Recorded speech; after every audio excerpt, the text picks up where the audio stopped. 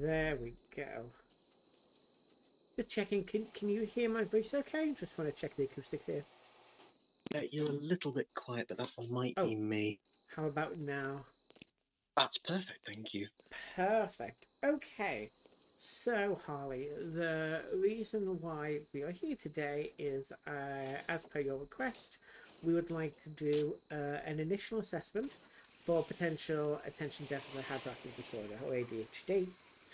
The plan of action for today is, with your permission, we will go through a number of questions, a number of setting the scene, asking a few questions that usually can help diagnose ADHD. And then once we have conducted the scene setting and the initial assessment, then what we will do is we will conclude by asking you if you would like to discuss the medication, based on your obviously on your results. If you would like to explore medication, if you would like to explore every so often coming to do some therapeutic sessions, or a combination of the two. Okay, so we'll scene set, we'll assess, we'll establish the outcome, and then from there we'll look at some treatment options. Does that sound okay with you? That's perfect, thank you very much. Okay, so what I'm going to do first is a little bit of housekeeping. I'm just going to explain who I am, how our relationship here will work, and then we'll go from there. So, I am Sebastian Dior. I'm one of the doctors here at SAMA. And whilst we are having therapy within this room, there is obviously confidentiality. I'm sure you're all aware that anything we discuss in here will be confidential to both you and myself. The only reason as to why confidentiality may be broken in some aspects would be if you were to disclose something that would mean that you would be of immediate harm or risk to yourself and others. In that instance, I may have to speak to local authorities, but that is only in very rare cases should you, obviously display that, and I'm sure that's not going to be an issue. It's just housekeeping things I need to say at the very beginning. Is that okay? Yeah, no, that's perfectly understandable. Okay. So I'm gonna get out my journal notepad here, and I just want you to relax, take your time. I'm gonna ask you a series of questions.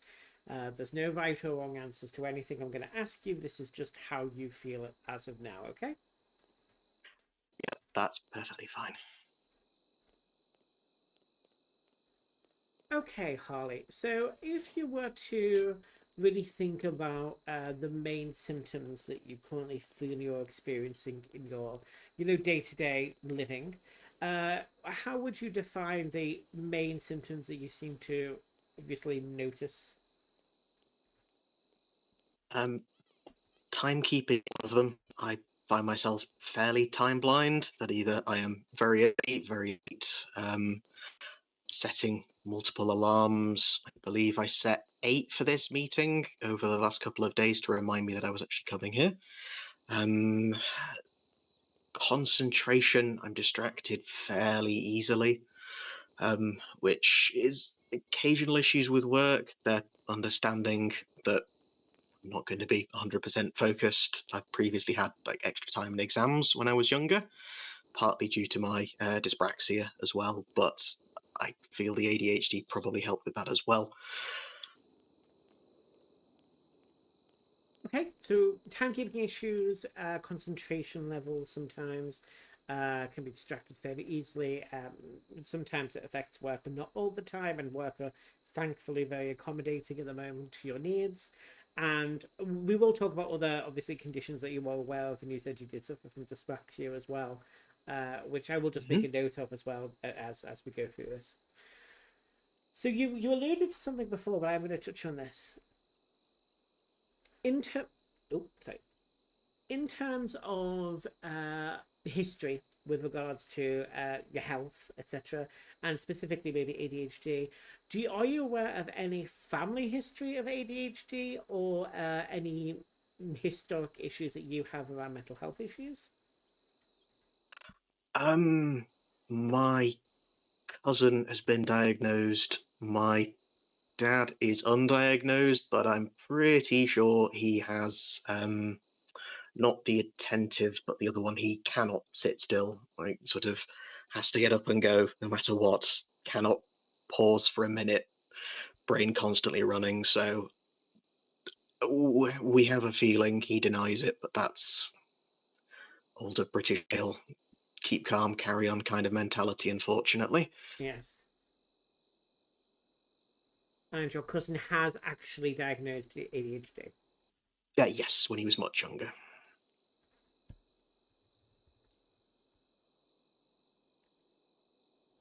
And did you say your dyslexia was from an early age diagnosed?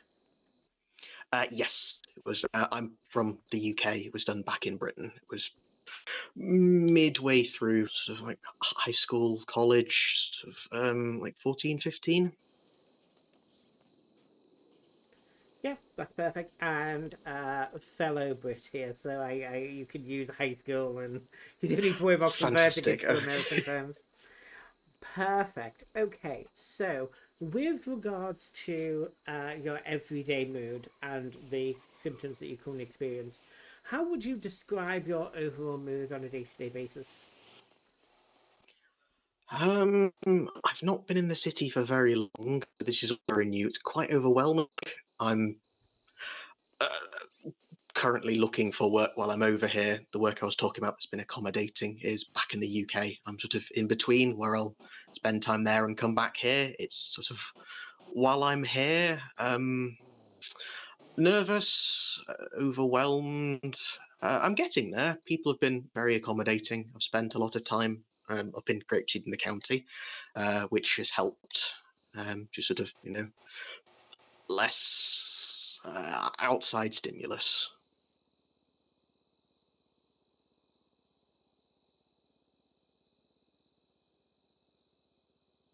Perfect. And with regards to the timekeeping, concentration, those symptoms when they are particularly prevalent, or you're having a I don't say a bad day, but a day when those things are particularly affecting you. Uh, how is your mood in terms of emotions? Do they cause you to have mood swings or anger, or do you get frustrated with yourself, or does it not really affect you in that way?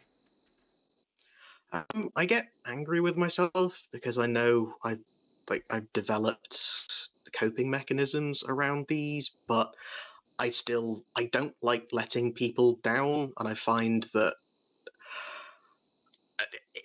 it's being late affects other people, not just myself, and that's what annoys me. But I can't get to the point when I can stop it. If that I've makes got my sense. board. Yeah, yeah, of course. Jesus. The level of frustration, obviously, like, when you have No, these my name's symptoms George. and you can't actually do anything about them at this time, but they are Rich. impacting others around you, and that's where the frustration comes from. Hi, Penny. Yes.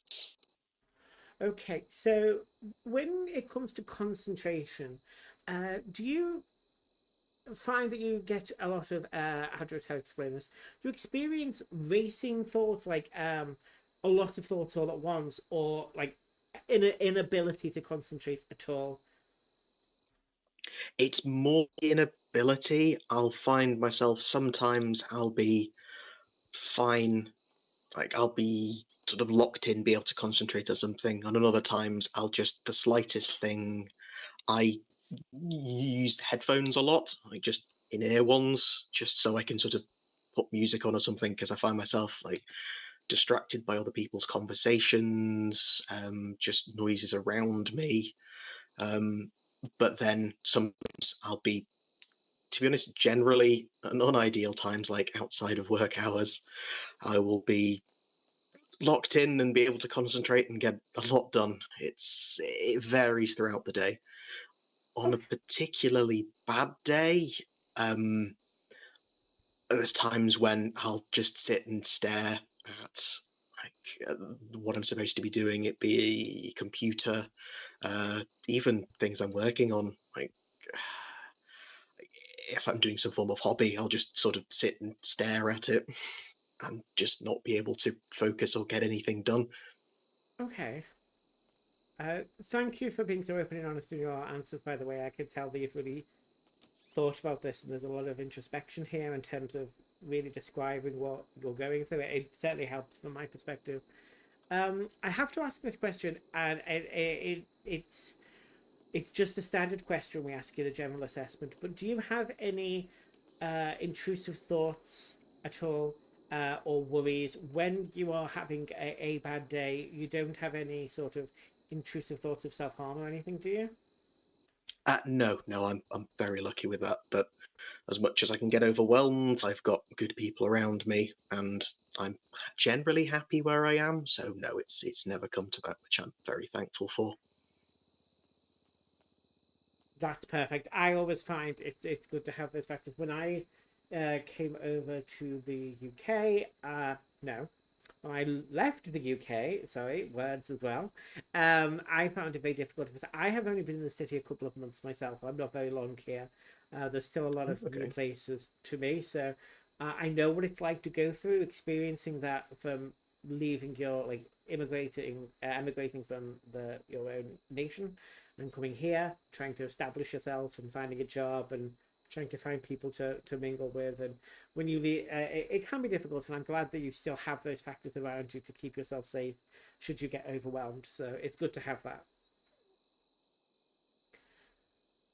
Do you have any changes or notice any changes in your appetite or sleep or activity levels when you're having a bad day? Mm, yeah, there's days when I've like forgotten to have meals, and I'll suddenly realise I'm either hungry or thirsty later on.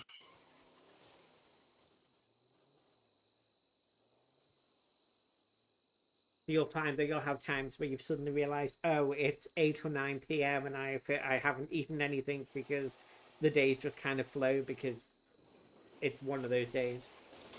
Yeah, on the particularly bad ones, yes, yeah. It's never got to the point when I've like completely forgotten to eat for an entire day, but it is sort of like afternoon, evening, where sometimes I'll realize, oh, I skipped breakfast and lunch.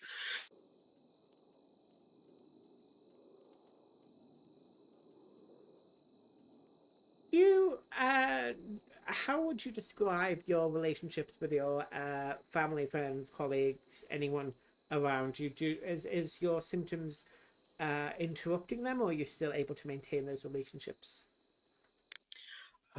This would be more so back when I was at home. No, they're thankfully fairly understanding, sort of usual poking fun at me for being late and kinds of things. But no, I'm lucky that the people I'm around are understanding. Um, Work hasn't had any problems yet, but um, I'm worried if sort of I progress, if I do end up going back to the UK and getting sort of my old job back permanently. Um, it was when I was there that I realised, oh, if I'm going to become more senior somewhere, this will be a problem because there will be people on me. So this is why I want to get it done sooner rather than later. And I don't have the luxury of knowing everyone and having that same group around me here, so it became a higher priority since I've moved over here. That's absolutely fair. Um, quick question, and again, sorry if these seem a bit intrusive or pertinent. It's more that they can impact in potential future medications or treatments. Have you ever suffered with or currently under any sort of alcohol substance misuse? No, I've not, no. I'm actually quite lightweight, so don't drink that much. Perfect.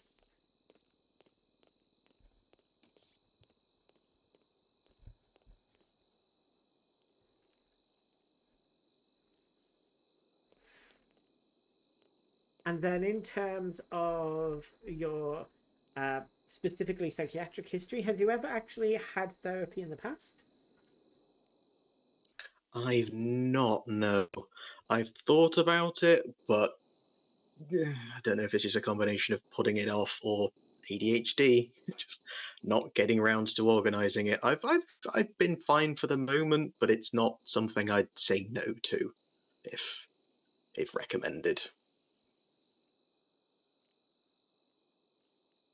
Obviously, you may find the once referred to receiving medication through a pharmacist and through into monitoring of that medication, you may not need therapy. However, I'm really one of those people that are of the mind that like sometimes there's a stigma around therapy. Every single individual on this planet could benefit from a form of therapy, like just talking to people, listening to someone, gauging an opinion. Just kind of like it's never in the past it used to be seen as like this big bad thing, but you can have therapy to just kind of improve your way of life and improve your perspective and um it's good to know that it's something you may consider in the future should it be required. Yeah, no, I fully agree. I found might just be sort of growing up again in the north of England. A lot of people, a lot of well, generally adult men that I knew, bottling things up, not wanting to talk about stuff as well. And I've never really understood that. You've got people around you to talk to, and there are people whose job it is to help you with that. And I've never understood why people wouldn't want to do that. You're Yeah, going to it's the same idea as not wanting to go to the doctor if you've been hurt. To me, it's like it's just another type of doctor, just for your head rather than your body. So it's always confused me. absolutely, Holly. And again, I completely understand where you're coming from when you are a person who specializes in this and you grow up in the northwest of England and it's a lot of no, this is only for people who are crazy. It's very hard to be like, oh, that's a very harsh way of seeing the world. But anywho, uh, physical health. You talked about the dyspraxia, Harley, but do you have any other diagnosed physical health conditions, or is it just the dyspraxia? Just that at the moment. I grew up on a farm, so I've spent a lot of time sort of outdoors doing physical activity. Okay, nice. But I've generally kept myself in decent condition. I've been okay. No real family history of it either, which I'm lucky of. Let me just say that down. So, no family history of any physical health issues. No, no, I've been okay.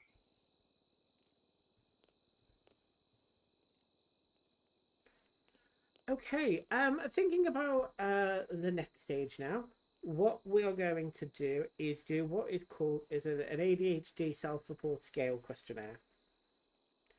Okay. Sounds scary, but trust me. I am assuming it's going to be something similar to what happened with dyspraxia, so don't don't worry. I'll answer as truthfully as I can. So, if you make a note or just think about, there's going to be 5 options. Okay, each question will have 5 options. The options will be never, rarely, sometimes, often, or very often. Okay, so I'm going to Okay, go through each of these questions, and I want you to, as best as you can, truthfully answer which one you feel is more relevant to you. Okay, will so do. how often do you have trouble wrapping up the final details of a task or a piece of work once the challenging parts have been done? Is it never, rarely, sometimes, often, or very often? Fairly often, if there's like time pressure, it generally changes, and I'll be better at it. But if it's sort of me just getting things done, then often.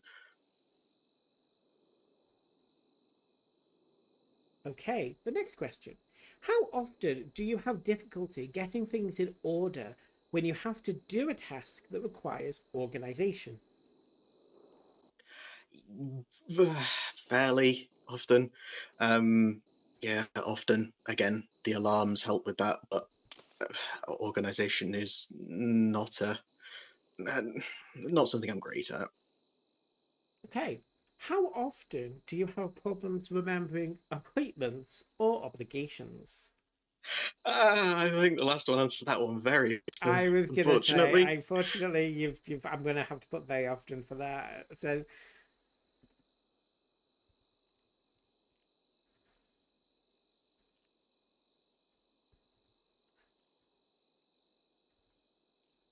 Okay, the next one. When you have a task that requires a lot of thought, how often do you avoid or delay getting the process started? Um, Getting tasks started, I'm not terrible at. I think it depends if I enjoy it. If it's something I'm generally interested in, I'm okay. But if it's something that's sort of not as interesting, If it's something it that's takes me going longer. to, I think the idea of this question is, say you have a, I'm going to say project task, it's something to complete, and it's going to take a lot of thought and effort to do it. You know that. Would you still start it right away as you should, even though you know it's going to take a while? Or would the fact that it's going to take a lot of thought and work hesitate you to actually even start it? Definitely, I was starting projects like at school. You'd have months to get something done, like some coursework, and I'd be starting it a week or so before it was due in. So should we put that as sometimes or when it's or often? Let's go with off for that one. If it's supposed to be like big, like large size Yeah, tasks, I'd it's if say it often. requires a lot of thought. So I think it's not just like a simple task, but something that's going to require a lot of mental effort. Yeah, I think often.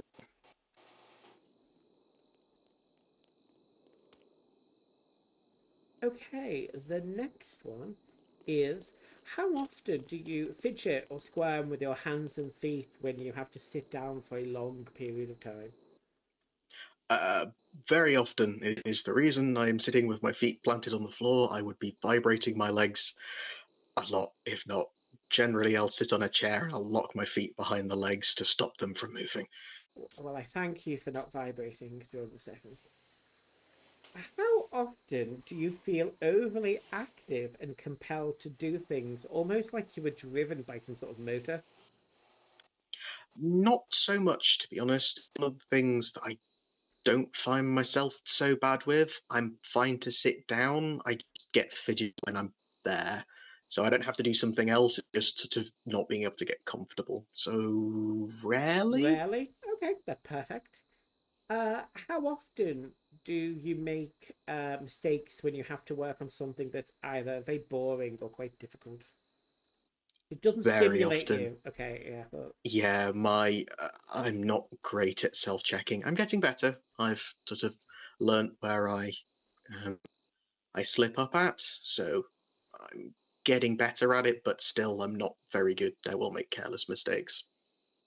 okay.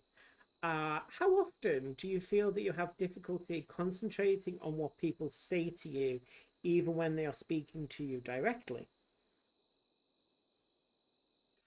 The Um, Rarely. I'm quite good with this. It might be because it was sort of drilled out of me when I was younger that I feel worse that I'm going to like upset the person that I'm talking to. So I'm not that bad with that.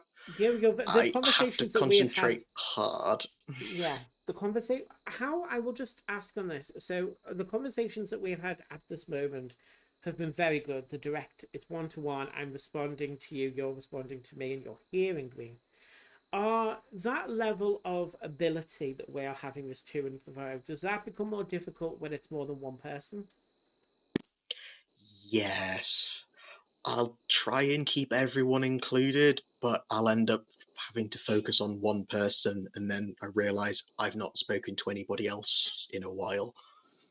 Yeah, that makes sense. More like you have to have the one-to-one conversation, so then move to the next person rather than having that Yes. multi-level engagement. Absolutely fine. So now the next question, Harley, is how often do you find that you misplace or have difficulty finding things? Very often I came with a phone from the UK and I lost it on the plane. So I now have a new phone that I bought over here. Okay. And then how often do you get distracted by like activity or noise around you? Very often, as I mentioned before, that's why I'll generally try and have a pair of headphones with me. That if I have to properly concentrate on something that's not talking to a person, I'll put um generally music on, occasionally a podcast, because I can't talk to that person. It helps, but it's just sort of the background noise. Okay. And then how often, in sort of meetings or situations where you're sitting for a while, how often do you find that you have to try to leave your seat? I mean, I know you've been locked in for this, but how often do you Mhm. find that you have to kind of get up and move around? Societal norms mean that I would be way too embarrassed to get up and actually move around. I'm not too bad. I am fairly fidgety. Again, it depends. If I'm fully concentrating, I'm okay. But if it was just sort of like being a bystander and sort of just listening, then I probably fairly often. Yeah. So at the moment, we would do rarely, but you find that that's because you're probably suppressing a lot of it because, like you say, of societal norms. That if you were Yes, allowed, not allowed to, but if there was none of that mental barrier, you would find yourself getting up and down a lot. Do you feel like, just I out of yes. interest, that if you were to get up and down a lot, your fidgeting would get less because you're able to move? Probably yes. I'm generally the longer I've been sitting still for, the more fidgety I get. Okay, so again, these questions are in an order that is almost like psychic because the next section is how often do you feel restless or fidgety, Very often.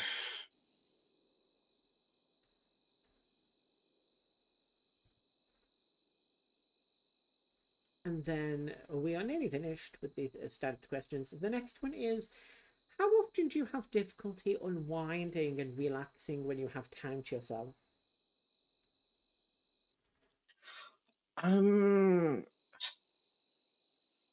Not that often. I'd say rarely. I'm fairly good at spending time by myself. I think that helped that I was sort of like I'm used to the outdoors and things, that I'm sort of okay being in my own head. So rarely. Okay, perfect. And in social situations, when you're with a group of people, how often do you find yourself talking too much? Uh, Do you talk a Again, lot or do you not talk much? societal norms. I try and keep on top of it, but yeah, I do talk a fair bit. I also find myself trying to stop myself from finishing other people's sentences or other people's thoughts and trying to nail that down. I'm a lot better at that than I used to be. I'm gonna put that as sometimes. We're gonna put that in the middle. Hmm. So I swear, I these questions. So when you're in a conversation, how often do you find yourself finishing the sentences of people you're talking to before they can finish it themselves? Are you getting pulled It over? is it is just like clockwork. Again, societal norms not so much, but occasionally I got pulled I would over. not. Yes. So That's too if funny. it wasn't a problem and it's the people around me, quite often to very often, if I'm in meetings or sort of in a with people I don't know, sometimes Okay, generally I'm pretty good at controlling it. I'm gonna put often, which is in between, because obviously there's obviously some part of you that is the unrestricted symptoms when you're not feeling like you have to suppress. And then there are some things that you're Yes. actively controlling and suppressing because of the surroundings and the nature of where you are. So if you had those restrictions and that nature was not around, your true current symptoms would have you more towards the often, very often scale.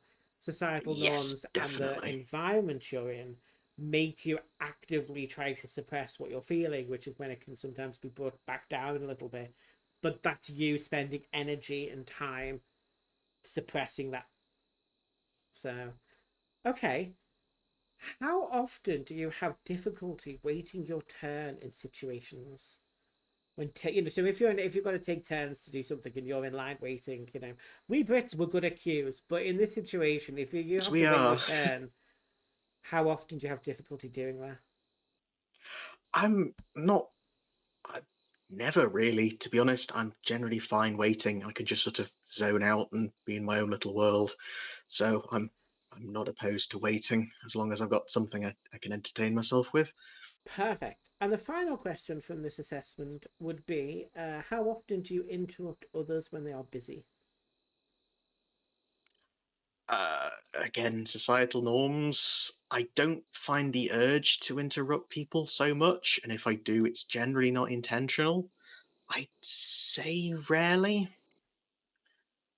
Again, but that might just be from um, like developing sort of coping mechanisms and just sort of from younger being told not to interrupt people and just sort of it's sticking. Yeah. So I'm going to let's look here. I'm going to ask you a few more questions. You have touched um, on some of these topics, but I just want to finalize them out a little bit. Is that okay? Yeah, no, that's perfectly fine. I will say, if you would like to stand up and walk around for a bit and sit back down, I feel free to do so. That would be fab. Thank you. I'll just 1 second. Yep, go ahead.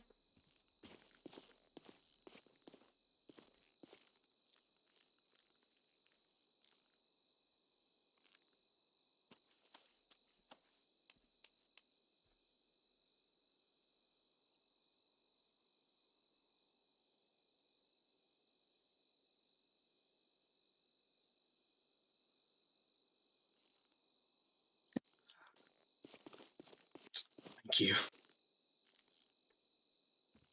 You are more than welcome, Harley. Okay, so just two questions regarding some childhood stuff. So you mentioned that there were some signs in your childhood that you were aware of potential ADHD symptomology. Um, can you describe a little bit more about that? What did you notice during your childhood? Uh, Being inattentive at school, I wasn't sort of seen as the like a bad kid, but being distracted, sort of sitting in the back of class, talking to other people, not fully concentrating, and that, and sort of even when moved, just zoning out, like doodling in the margins of sheets, just not fully being able to concentrate.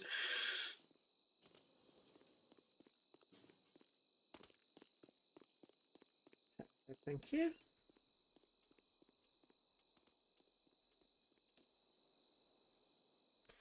Being Then, late to start assignments as well as the other one.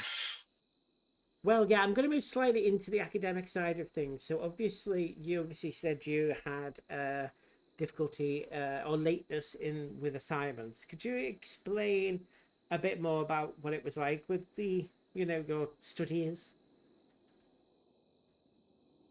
Um,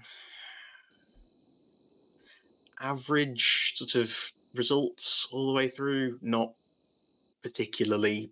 Like I couldn't sort of coast by. I did actually have to do like I had to study, I had to do homework and things. I couldn't just sort of coast by remembering.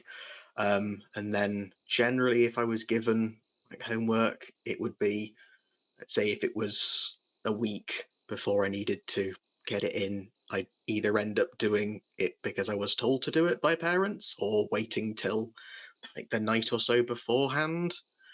Um, I've missed deadlines a couple of times in college, but generally it was either nights or all nighters when I was on big assignments like coursework and things.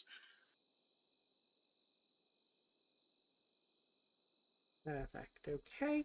Now, in your daily life, when you do have to manage a deadline or prioritize a task or a piece of work, how do you mentioned alarm clocks, but are there specific things that you do to help prioritize tasks in your daily life?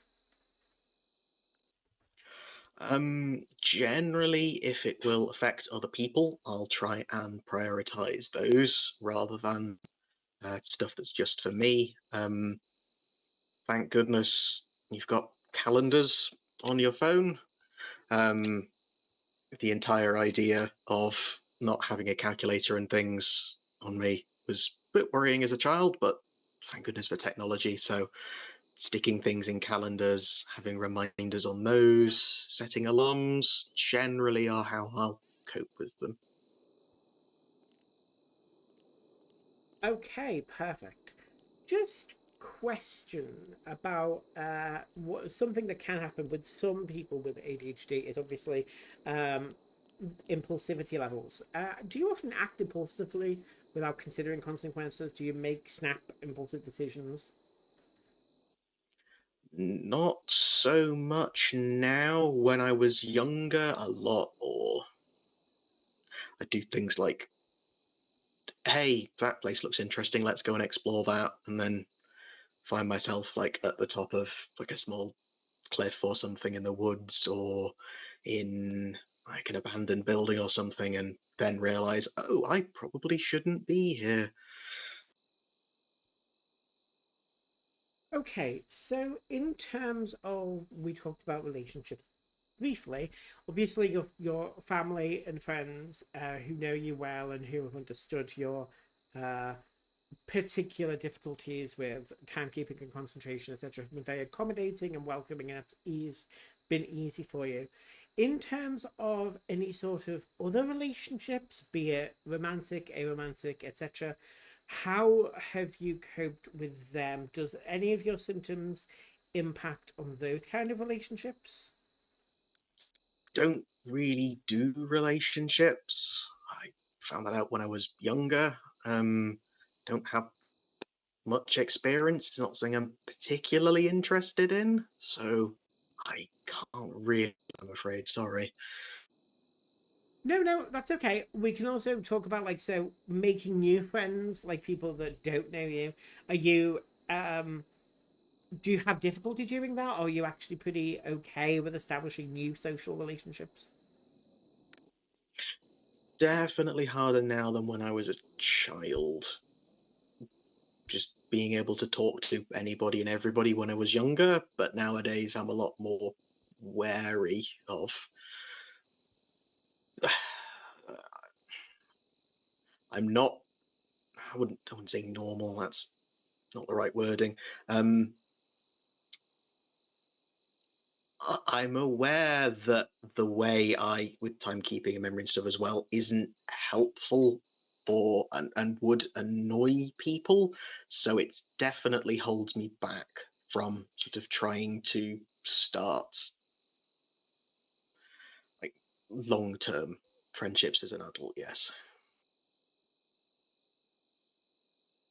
Often it can be very hard to, well, even for anyone in this world to make good first impressions. And if you have a lot of issues with timekeeping, etc., and people who are not very empathetic or forgiving about that may take that to be something that it's not, and I can understand and appreciate why that may be difficult to establish new relationships if they don't understand Okay, I'm your finally on my conditions. way Mhm. back Yeah. to a clip now. Okay, we're nearly there, Harley. You're doing excellent. Okay, Thank you. so we talked about your emotions and your emotional regulation. You don't necessarily get periods of anger and frustration as much anymore like you used to in the past. You're able to control your emotions. There's not a lot of mood swings that occur, which is fine. um we talked about your obviously self-perception. You are aware of the specific areas, because ADHD has multiple areas, but specifically at the moment the timekeeping and the concentration are the most prevalent, most predominant issues that you have, that you struggle with. I think that's fair to say. Yes. And am I right in thinking that at this time you would be welcome to try medication? Yes, if it's what's recommended. You know this. I know myself, but again, I don't know medication. If it is recommended to me, I'm not opposed to trying it.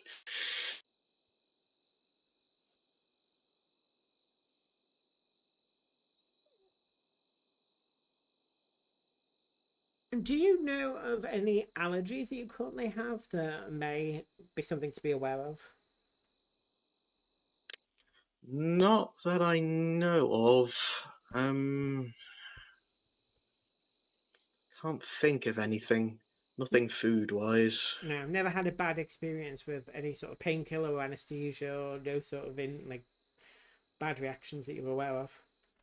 Oh no, I've been okay. I've been in and out as a childhood. Yeah, during my childhood. Sorry.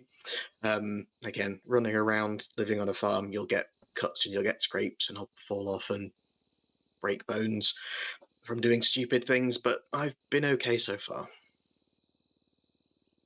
Okay, so that is the end of all of my assessment questions. I hope I haven't been too intrusive in what I've been asking. No, you're just doing your job. Yeah, I I'm will more than let you happy to know share. that based on the criteria set by the questions where you are asking about often, very Please be often, aware that rarely, if etc., 47 comes in um, grapeseed, Sally has just managed to get her that RV stuck they vertical. are So it's prevalent probably her. of ADHD.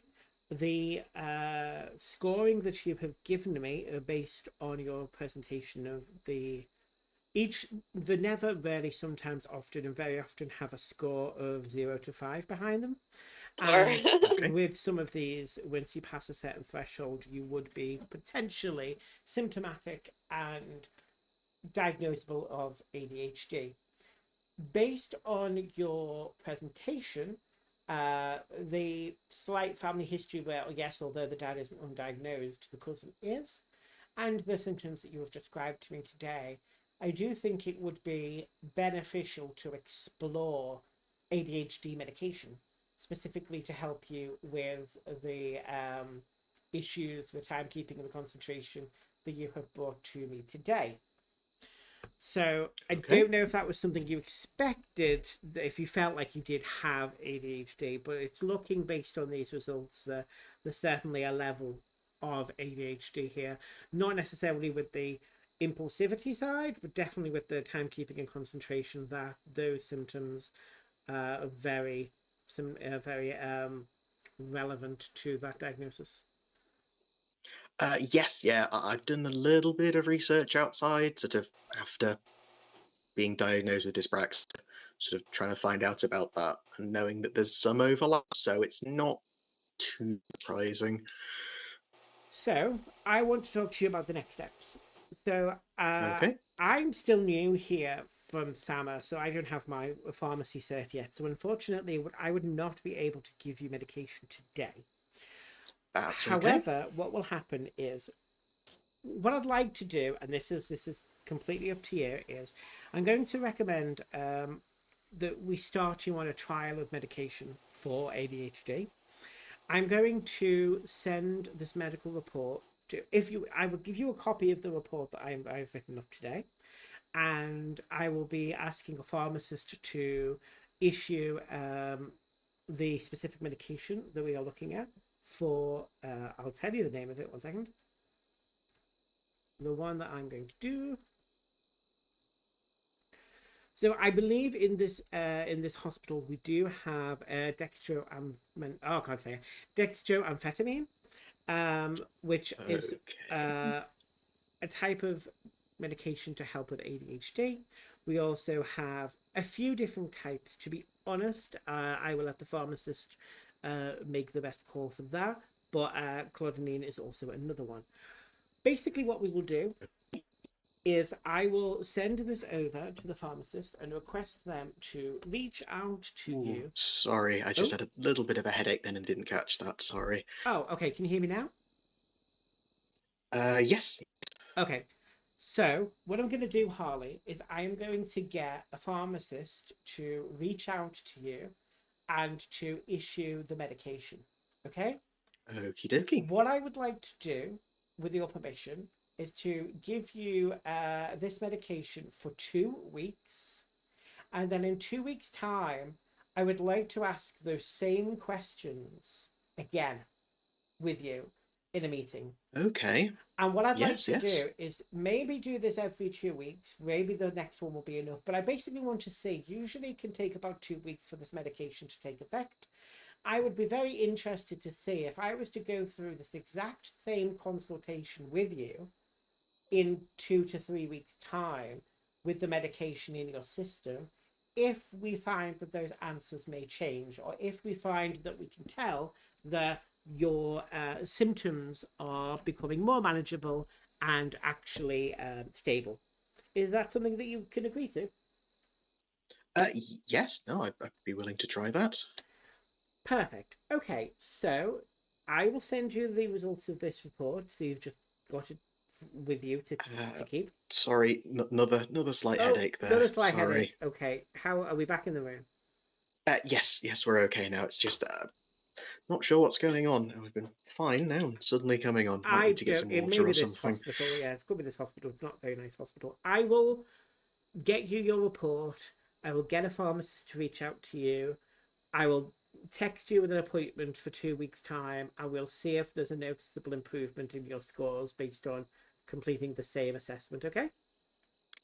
Okie dokie. Do you have any other questions for me today, Carly? Um,